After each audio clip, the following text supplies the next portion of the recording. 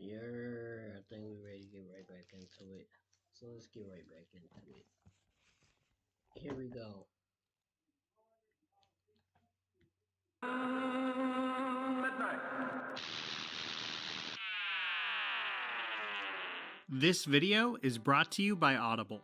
In some ways, it feels like 1994's Spider-Man the Animated Series will always be in the shadow of other shows. When it comes to superhero shows generally, especially in this period, Batman seems to tower above the rest. The moody Art Deco style of the Bruce Timm series just can't be matched. Add in the now iconic performances of Kevin Conroy and Mark Hamill, not to mention the creation of Harley Quinn, and you have what may very well be the definitive take on the character outside of the comics. Even with Marvel's 90s cartoons, X-Men seems to be maybe more fondly remembered. Honestly, even among Spider-Man cartoons, the 1994 series has maybe been overshadowed by the cancelled too soon Spectacular Spider-Man, which I do really love and have made a video on in the past. But where does that leave Spider-Man the Animated Series? Well, this week I wanted to dig into the legacy of the show, what I love about it, what I don't, and maybe most importantly, why I think it helped create a whole new generation of Spider-Man fans, before a single live-action movie was even made.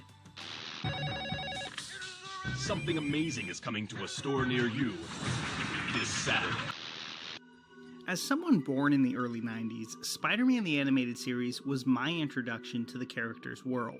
I do think I saw an episode of the 60s show first, but it was the 94 series that was on Fox Kids every week. And as a way to get to know the cast of characters around Peter Parker, it was pretty hard to beat. One of the series' biggest strengths, I think, is in its writing. Maybe not so much in the dialogue, which I admit can be pretty clunky at times, but in the storytelling itself. What the show excels at, maybe even more than the X-Men series honestly, is streamlining old comic storylines in a very smart way that retains what made those stories so exciting in the first place. A lot of the time, the show stuck closely to the comic canon, changing things mostly just to make stories less convoluted or just more suited to the television format. And that may sound kinda simple now, but one look at the history of Spider-Man cartoons before this one shows just how rare stuff like actually caring about the comics really was. No previous Spider-Man cartoon had ever given this much depth to Peter Parker himself, or really bothered to care about many of his supporting characters. That's pretty easy to take for granted now, but back then the detailed characterization, and especially the long, multi-episode story arcs, were a very risky move. And I think we mostly have one guy to thank for that: producer John Semper Jr., who wrote or co-wrote 60 of the show's 65 episodes.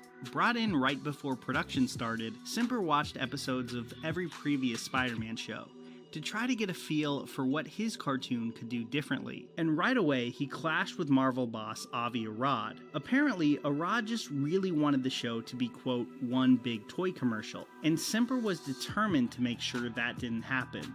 Both Arad and the network wanted him to avoid season-long story arcs, which they believed would only confuse viewers. But Semper managed to kind of sneak them in anyway, building stories off each other in a way where they were informed by episodes that came before, but also not in a way that would leave new viewers completely lost. Arad also didn't want the producer using characters like Madam Web. At the height of the 90s toy boom, the character didn't exactly scream top-selling action figure, but Semper just decided to use her in the final season, figuring they couldn't really fire him with the show over anyway. Let me give you a hand! Sorry, Dr. Octopus!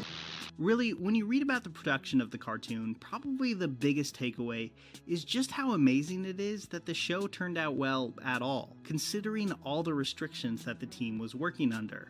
Not only did Semper and company have to please, or at least not piss off, the toy-hungry Avi Arad, who, as CEO of Toy Biz, really only bought Marvel in the first place to sell toys, they also had to contend with network censors. If you watch a lot of episodes of the show right in a row, you may start to notice something kind of weird about the Webhead's fighting style. He doesn't exactly throw a lot of punches, and when he does, he really doesn't tend to land them.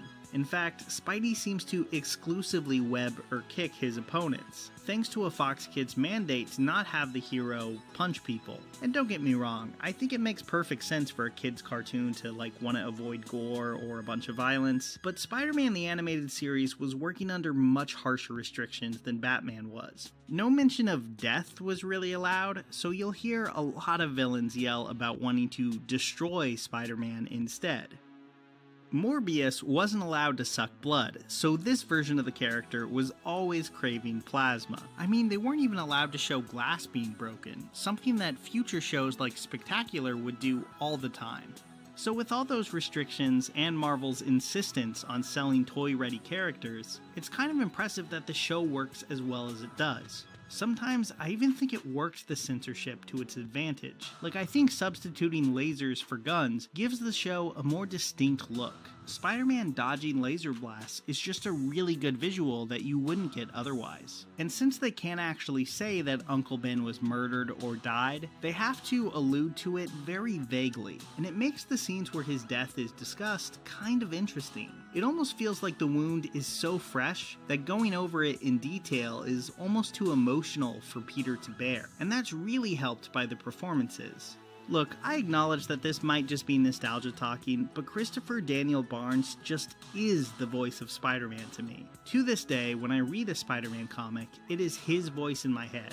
He really throws himself into the role, sometimes, going a little too over the top, but always trying to bring as much emotion and feeling to Peter's voice as he can. Something older Spidey cartoons never really did. Then there's Jennifer Hale, the future Commander Shepard who voices probably the definitive Black Cat. Honestly, she is so good here that I always preferred Felicia to MJ on this show, and the episodes delving into her origin I think are some of the show's best. And whether it was the Vulture, Kraven the Hunter, or the Hobgoblin, the show always did a great job of translating Spider-Man's villains to the screen. Unlike previous Spider-Man cartoons, it always made sure to key into the character's psychology a bit to try to create a believable human emotion. And whether it was the Vulture's fear of aging, or Kraven's surprisingly complex relationship with his fiancée, the show was never willing to introduce a character just because they needed to sell an action figure. It's really clear that a lot of care was put into almost every villain he fought. I'm especially impressed with how the show handled Venom and Carnage. Adapting Doc Ock or a lot of the other 60s villains for kids' TV probably wasn't too difficult, since they were created to be in very kid-friendly comics in the first place. But these two are a very different story. They're both darker, grimmer characters, and there's some stuff in their comic origin that the show just couldn't touch. They couldn't outright say that Cletus Cassidy was a serial killer. They had to work around being that blunt and just imply things. In a weird way, it reminds me of old Hollywood movies, where they were still working under the Hays Code, where writers and directors were often able to kind of gesture towards darker ideas without outright saying them. And I think, at least in Carnage's case, it actually worked to the show's advantage. I mean, as a kid, imagining what this guy was capable of was just as scary as really hearing about it. In the end, even if I don't quite think it measures up to some of the great ideas and risks taken in Spectacular Spider-Man, I still really admire the animated series.